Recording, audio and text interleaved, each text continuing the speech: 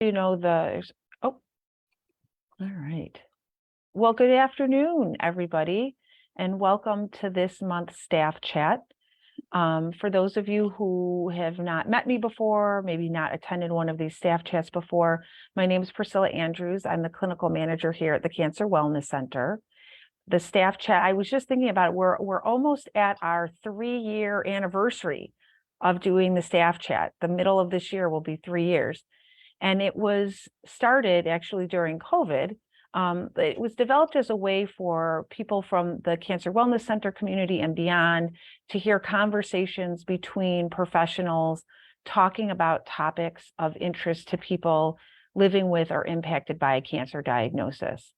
And in honor of Valentine's Day this month, I have two of my colleagues here joining me to talk about dating after cancer. So I want to welcome Kim Matthews. She's one of the therapists on staff who is our support programming coordinator. She helps coordinate our group services here at the center and was a longtime facilitator of our young women's patient survivor group.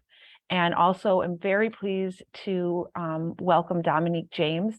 He was gracious enough to join us a little at the last minute because we wanted to hear his input on this topic. You might be surprised to see him here because he wasn't on our calendar, but Dominique is one of our clinical associates in addition to seeing people through our counseling program, as does Kim. He also was the former facilitator of our men's patient survivor group and also runs a group for young adults with or who have had cancer, so people between the ages of 20 and 40. So Dominique, thanks so much for being here with us today. Absolutely. Yeah.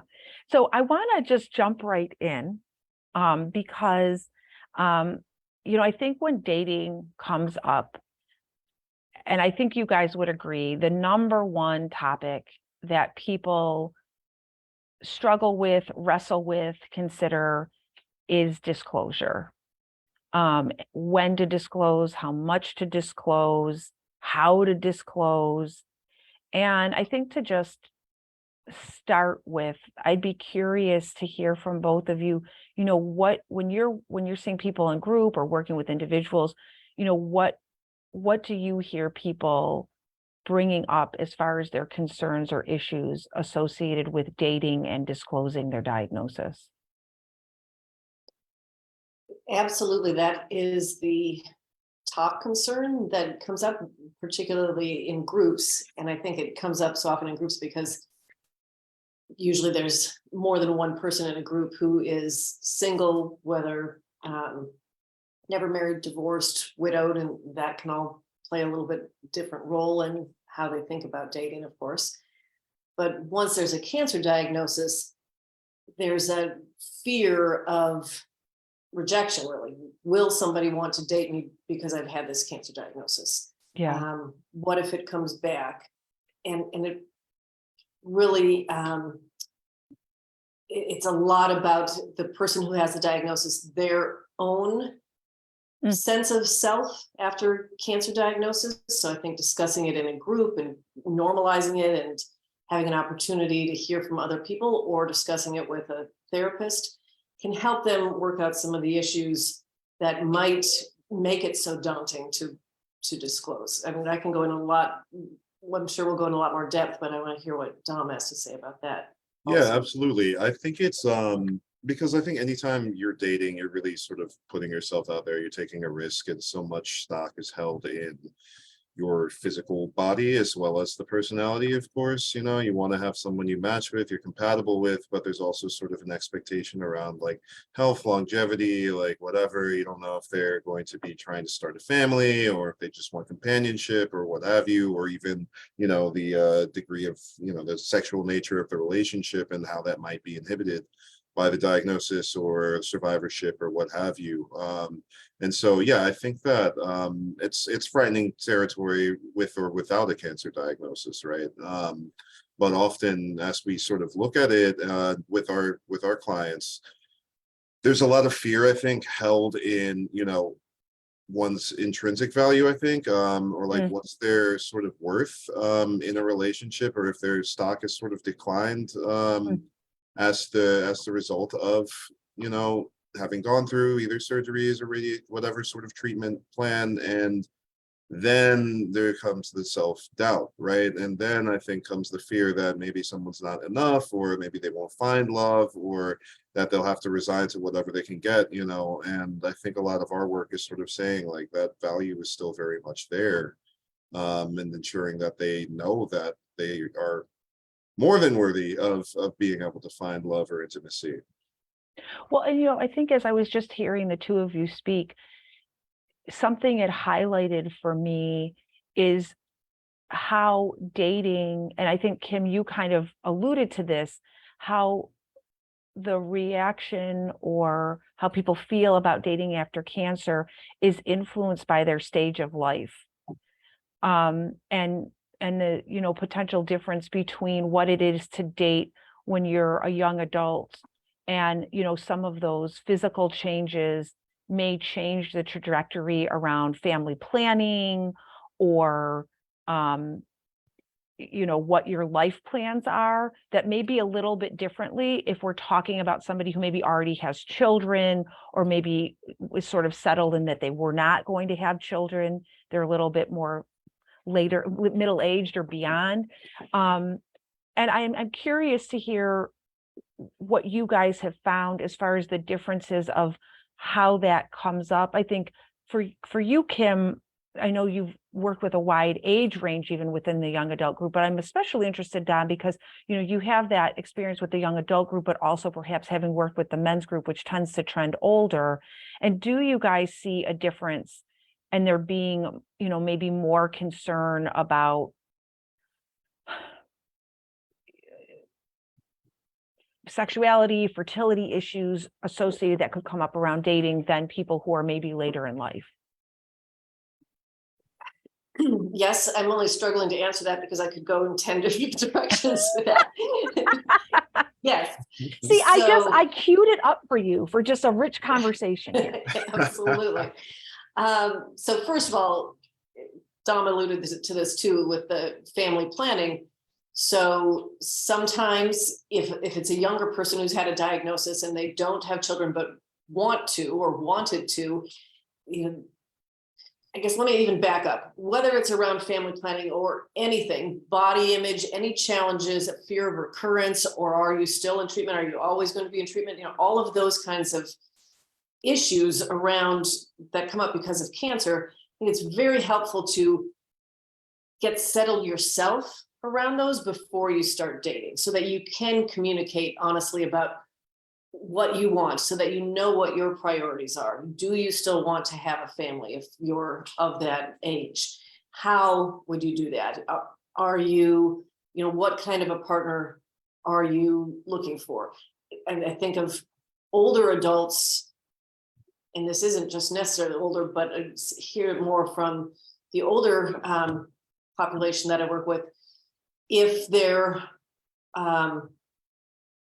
sometimes they're widowers, sometimes they have had a cancer diagnosis, but have also had a spouse die, and they might talk about, I'm not sure that I want to date somebody else who's sick or who could be sick because I don't want to take care of them again, but then being able to process some of that in therapy about that is also life, right? That's not just about cancer. That's, do you want to be in another relationship, and how do you make sense of that and those potential realities? So, and went on two very different tangents, but I think it's just to highlight that there are so many different things that can come up after a cancer diagnosis, and some of those would have been there anyway. It's just when you've had a cancer diagnosis, that just is so much the center and the focus of attention for you. And so it feels like if this relationship is not going to work, it's because of my cancer diagnosis, but there might be all kinds of other reasons. And you might be the one who chooses, no, this isn't the right relationship for me. And can I just say, I think one of the things you brought up there, it brings up the fact that, like, dating can have different goals. And sometimes dating maybe is not like in search of a serious relationship, right? Maybe it's about having somebody to do something with, people have companionship, maybe they're just trying to have a good time, maybe it's to find a sexual partner. And, how does the cancer diagnosis, for that individual, how is the cancer diagnosis maybe made them feel like it's changed that, right? If it felt like you could date more casually before, and I'm curious, Dom, about your experience of like, does it now feel like it's more serious because now I've got this thing I have to disclose and I can't just date for fun and be kind of carefree about it. I've got to worry about, when do I tell them? And, how do I feel about my body? And, maybe I can't have sex in the way I did before because of side effects from treatment. Yeah, I mean, and I think that could go for like people who are like, let's just divide it like 40 and older and 40 and younger, just because that's how we divide our groups generally. But I'm curious, Dom, like what you find like with the young adult is like what impact you see a cancer diagnosis has on people relative kind of the intent or the style of their dating. Absolutely. So it's interesting because it goes in all directions. I think sometimes for some people, maybe there was a lot of family pressure on them to be able to produce several children and follow that beautiful linear Christian path we all know so well that's established in this country. Or it might just lead to, some sort of at least like relief I've found in some of my clients. And then conversely, it can lead to just sort of like the catastrophizing that comes from not knowing now that one option, that route that seems so cemented or expected. And I think this is with or without the diagnosis, of can I have a child? Can I create a child, particularly with younger women? And so when I've noticed like more so with the young adult males, maybe it can be a relief. Some of them have the option to freeze the sperm, which is a little bit less expensive than the other options of like freezing an egg and going through all of the other sort of processes. But then it becomes this very real question of like, can I afford this? Can I afford it? Already children are incredibly expensive, or fostering a family, anything like that. But now you add all of these other extra protocols and processes, and then it becomes unattainable unless you have some kind of financial backing or you're making that money yourself. And so I think it's really interesting to sort of examine like the context, like the environmental context, in addition to what's going on, sort of like what Kim said with, like what are they kind of projecting in that moment of like, it's decision time. What is this person thinking and what do we both want? And can I even think about what it is that I want? But I think that the main thing I've kind of noticed with, I guess, like the younger daters and the older ones is like how much life they have ahead of them, or at least what they're expecting of how long they have, how many years, and like what would it be like to either do that alone or not. Certainly I've had some of the older patients who are looking purely for just like sexual connection or trying to understand and get back in touch with their bodies, knowing that maybe they've lost some of the sensation that they'd had previously. And then some of the younger ones, like I have one client who's had a hysterectomy, and knowing that that's not an option, having those conversations at the holiday dinners with family, all of these things brings a lot of discomfort. And I think that always is going to funnel directly into the attitude around dating. And whether that's on apps or in person or what have you, like how does that directly affect confidence? Whether you have scarring or whether you have just, anything that may impede you from feeling your best self. Yeah. So much richness in what you both said. Just want to acknowledge that. And I think, Dom, first off, I want to go back to something that you said earlier, that I want to just take a moment to pause on, which is recognizing that one of the contexts within which the cancer occurs and dating occurs is a cultural context. And what are the cultural expectations within your family culture, but also your culture, your culture of origin, or what culture you identify with, and what is the emphasis placed on marriage? What is the emphasis placed on having a family? And how does within that culture, what does that culture view? How are you viewed based on maybe not being able to have children, or how is cancer viewed within that culture, and how does that get internalized as that individual is figuring out how to move forward with dating.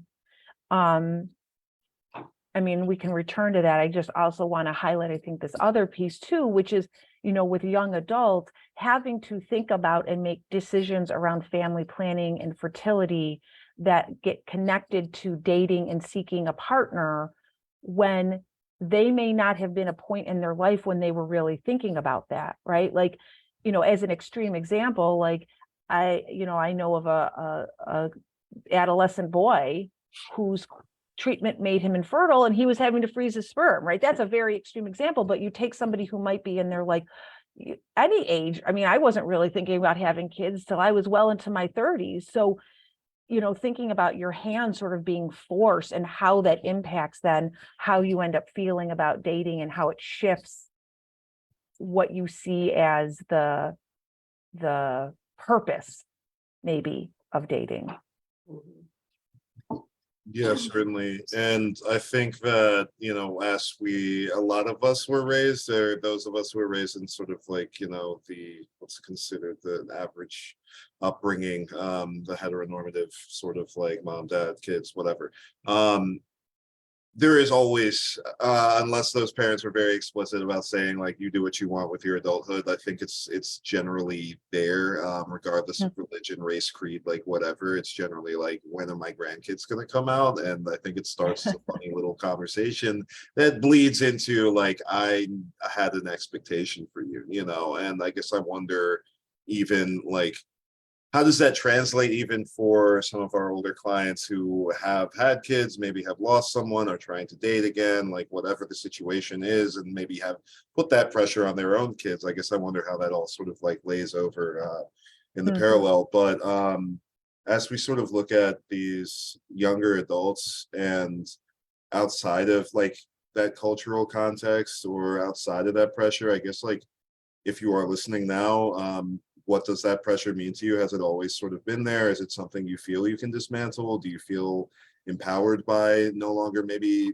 being constrained by whatever like parameters normal sort of may mean? Like if you have frozen your sperm, is some of that pressure now gone? Or does it mean that now it's the only thing that matters, and finding a partner who's going to respect the fact that you've had this diagnosis, may have a recurrence, like all of the sort of things. I was sort of reading up on this a little earlier about like, when we date, often we, project what we think the other person thinks about us onto ourselves naturally, right? And then how does that sort of get compounded with a cancer diagnosis? Like, what do we think the other person is thinking about dating a cancer, someone who's had cancer, right? And I think that immediately, for many, means like, oh, they're going to be scared, they're not going to want to do it, what's that level of commitment, when do I tell them, all of these sort of questions, knowing that they want to date, hopefully for the long run, if not for a short time or fun, or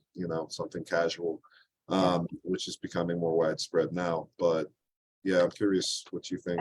I think that brings up that initial question of the disclosure that is always a concern. And so often what clients want to know is when should I tell? And there really isn't a hard and fast answer. So, I was mentioning before, it's really helpful first to know what your priorities are in dating, which is we've been talking about. What are you looking for? Shared values, shared interests, something casual, just companionship, long-term partner, somebody who wants a family. That's all important to know ahead of time. And so sometimes people will say, well, before I even disclose, I want to know if some of that is there. Or do I want to tell them right away? Because if this is a deal breaker, I don't want to have my heart broken if I find out this isn't something that they are willing to deal with, my cancer diagnosis.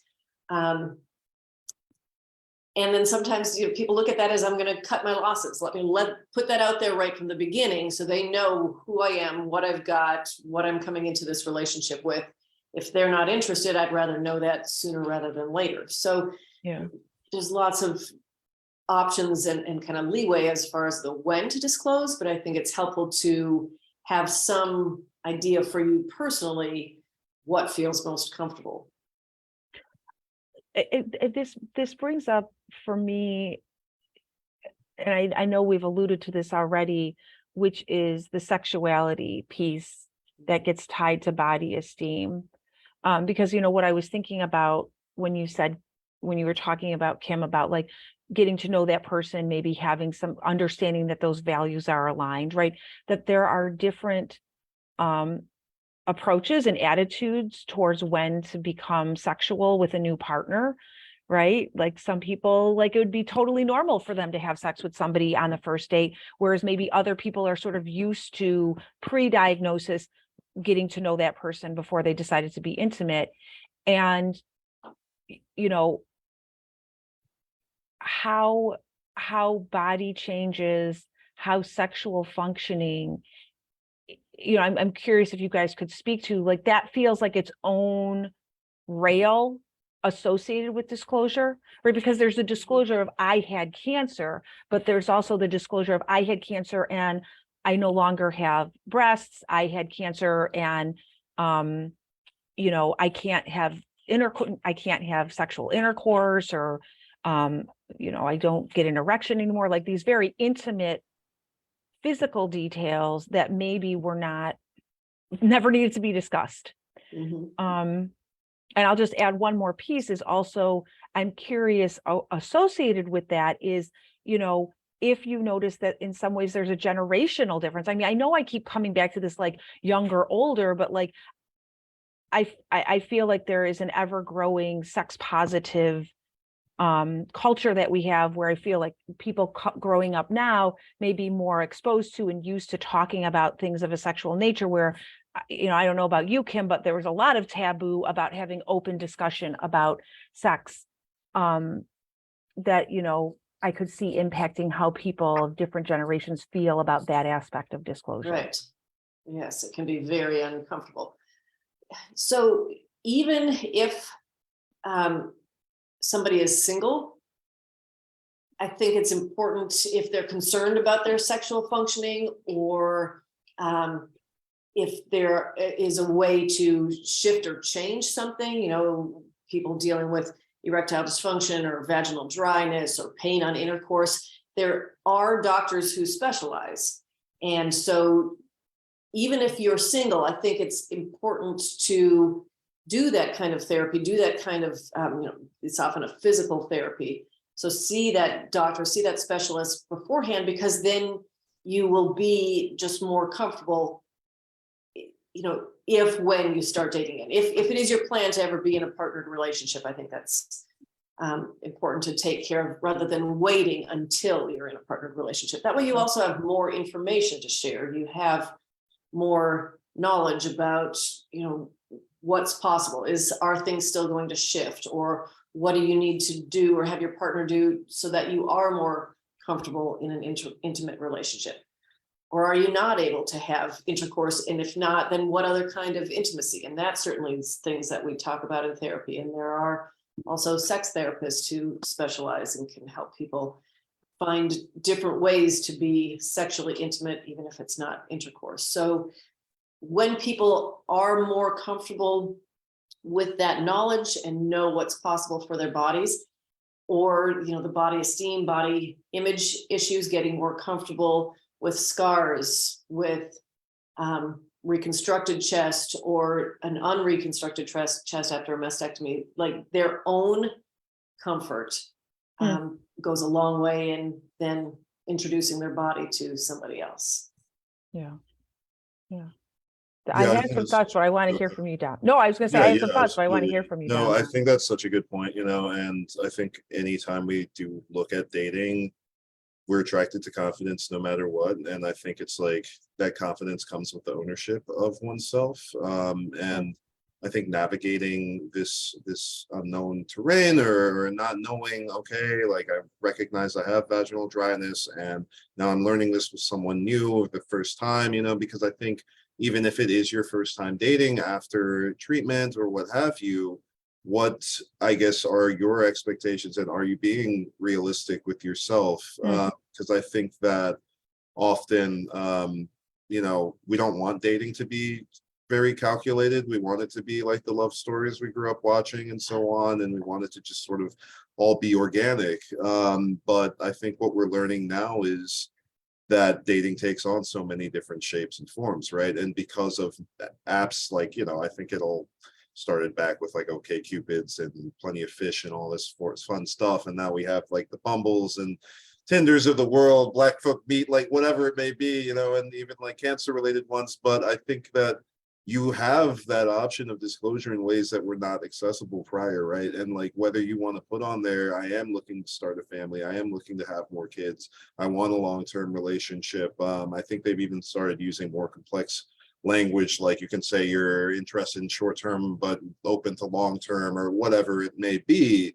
You can be quite explicit, right? And you can really sort of make it known what it is you're looking for, but there's still these other parts as far as your health, or these things that don't necessarily show on your little profile picture with this hot or not sort of like Swipe system. left or right. Swipe Yeah, left or right. like what's it going to be, and it becomes this very like binary process for some people. And so like deciding, is that the place for you, and do you want an app that's a bit more mature? I know there are already some opinions about the apps and what they sort of function for, Tinder being known for more casual, Bumble for maybe more, I don't know, intimate, like long-term, same with Hinge, so on. But there are cultures within each one, and I think there are cultures of disclosure that are sort of different with them as well. And so like how strategic can we be as we're sort of perusing and shopping for intimacy or romance? I appreciate what you just said, Don, because like I learned something, right? I think I mentioned to you earlier, like, I don't know if I lucked out or not, but I met my husband right when speed dating was taking off. So I avoided all of the dating apps, and, to hear, like, to recognize, like, there is different cultures around the apps in and of itself. And just by choosing that particular dating site or that particular dating app, that may implicitly communicate the nature of the relationship you're looking at, right? Tinder is going to be different than Bumble, for instance. And it makes me think, like, do you have like a dating buddy or maybe a dating mentor that has maybe navigated some of that either differently than you did before, or maybe if you've never been on a dating app before, that can help orient you to that landscape? Yeah, I think that's such a good point. I think that often folks just think they have to, it's all in their hands. I've got to craft this profile. I've got to do whatever.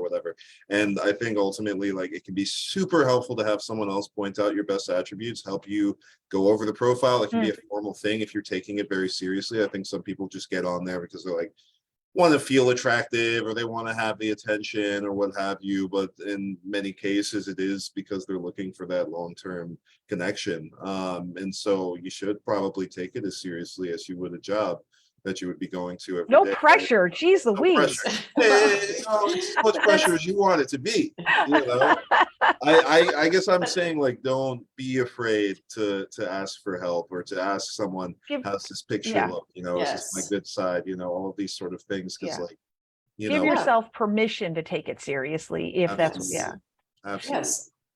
And I just wanted to put a plug in, because I think it was, I don't know if it was a year ago, but last year, I had Jennifer Littner, who is from Embrace Sexual Wellness, I think is the name of her practice, but they're a practice of sex therapists.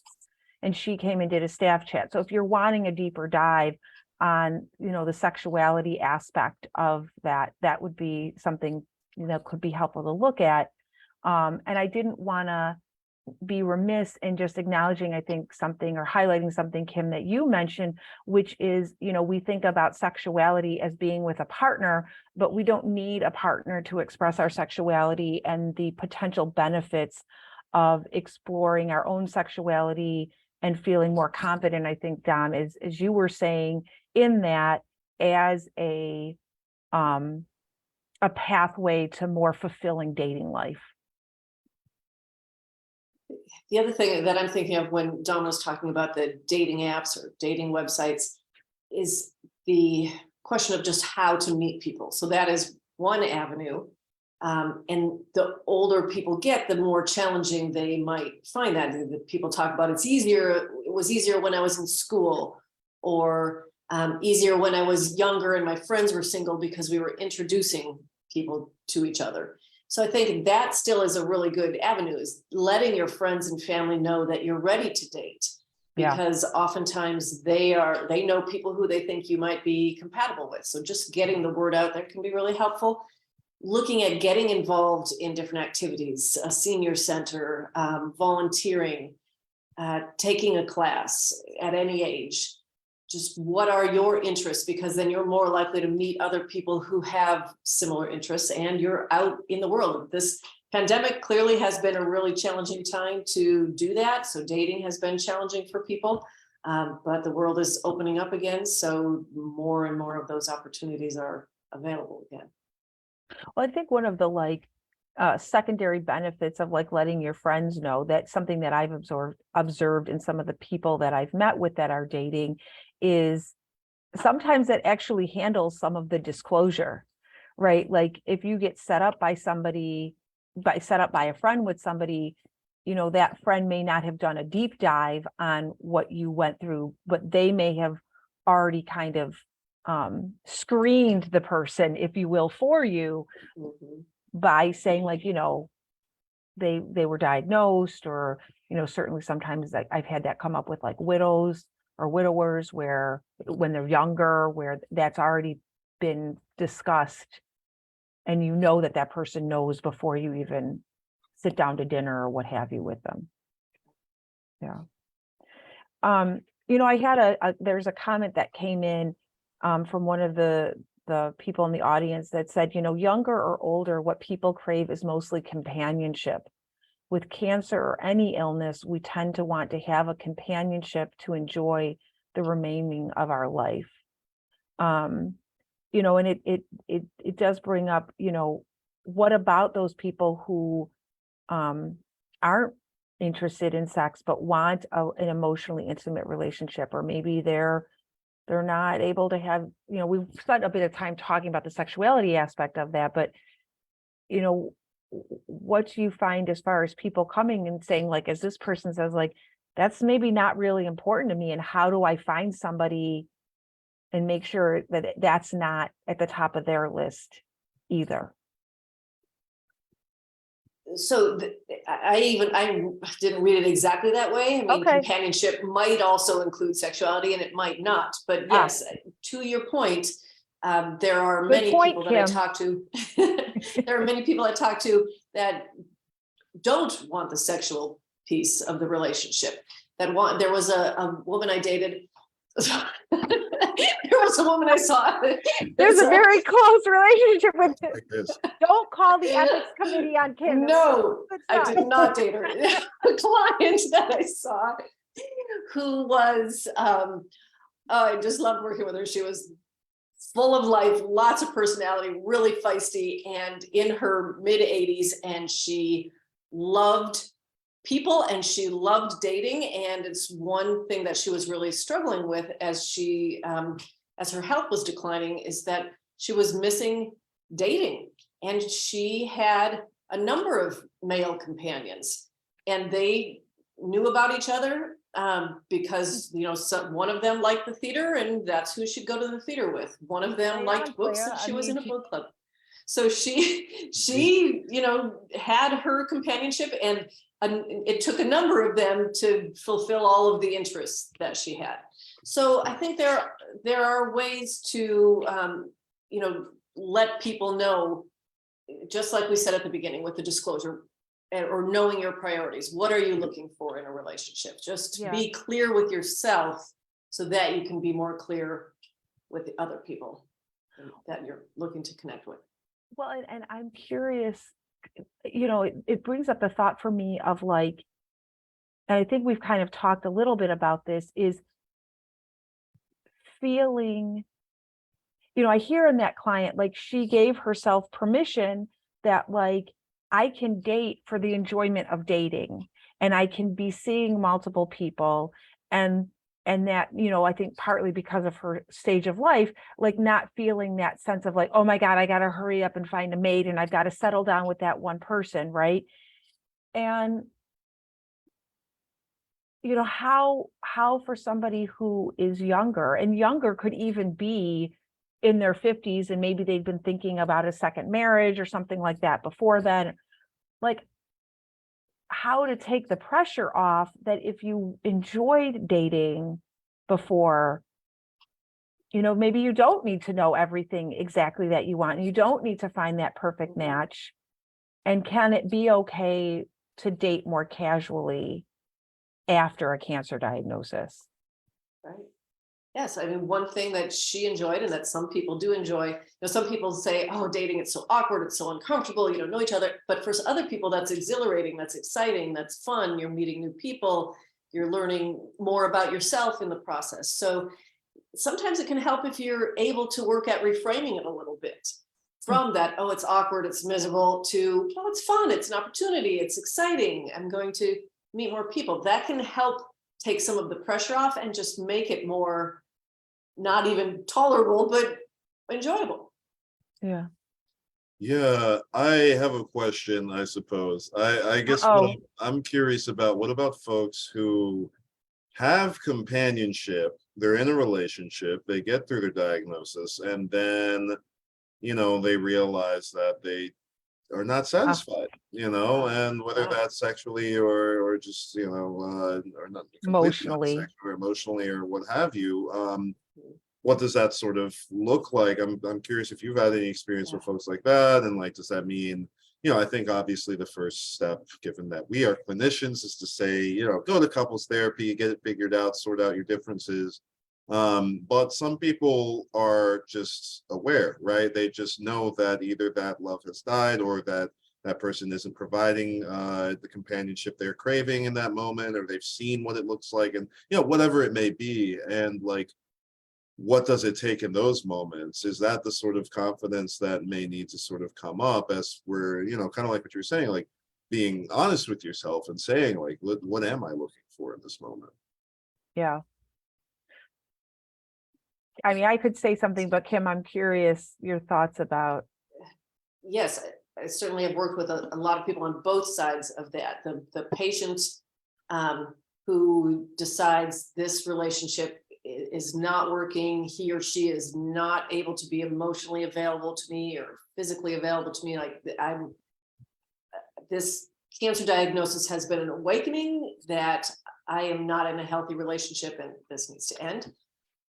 Or sadly, sometimes their partner leaves during the diagnosis or after the diagnosis. So, and it's sad on the first time too. Both of those are sad, hard, a lot of loss.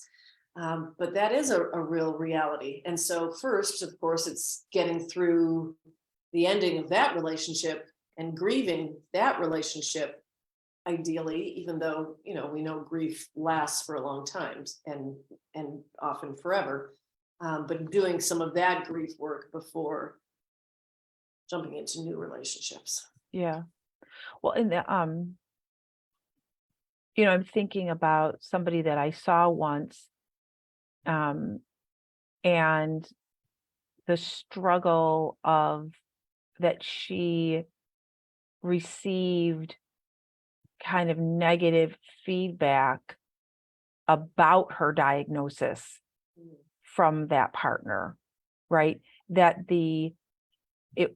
there was a like, I can't handle this, or kind of some negative responses to the changes in this person's body from the diagnosis, right? And that is, I think I want to name that as an unfortunate reality that some people do face, and how traumatizing that can be when we know that that is a insecurity and a vulnerability that many people may deal with anyway, whether it's the body image stuff or the emotional piece of, I think as Don said you earlier, like their own sense of self-worth after the diagnosis.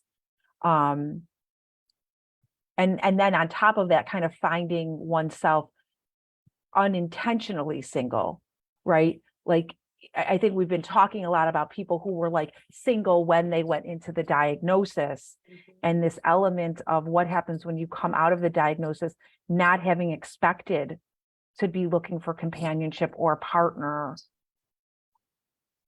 And that alone could have been something that would bring, there's oftentimes Yes. I will say to people, I'll say, we could be here talking even if there wasn't the cancer diagnosis, right? This other thing in and of itself would have been enough to need some additional support. And that is being compounded by the fact that you're also dealing with this, medical crisis, manageable, but a crisis nonetheless. Right. And I'll also add that sometimes I was talking about the grief, sometimes there's also a relief when those relationships end, right? And True. sometimes people say, this relationship needed to end, and this is kind of the impetus for me. Like now I've got this reality of my mortality, and I don't know how long I have to live, whether prognosis is good or bad. Even with a good prognosis, it kind of brings mortality to your face. And so I want to be in a healthy relationship, or I'd rather be in no relationship than an unhealthy relationship. So as much as there's grief over the loss of a relationship, it can sometimes be paired with relief. And I bring that up because I think those are the people that are sometimes more interested in dating. They don't feel necessarily as burned as the ones who were traumatized, as you said, by the way in which the relationship ended. Yeah. I mean, I'm curious, because I think you brought up this topic, which is a good one. I'm curious what's coming to mind for you as we kind of talk about that. Yeah, I guess I think about it from the angle of, I think it's like there's sometimes entitlement in these relationships, like between the caregiver and the patient. And so caregiver has sacrificed what have you in order to care for their loved one. And then, how does sort of like manipulation fall into that? How does like the gaslighting start? Maybe it is like really a beautiful connection and they nourish each other. But in some cases, given the like power differentials, I suppose, of who's able to function because the other had to make said sacrifice, and then coming out of that together and saying, I don't see you the same way. And this coming from the perspective of the patient here and saying, how do you have the courage, or where do you find the courage to sort of say, look, I know you did this amazing thing for me, right? But what are we doing here? Is there still love here? Maybe it's worth fighting for. Maybe you've already known, maybe you knew before the relationship started. I just think it's challenging. I guess I just want to sort of like sympathize with that.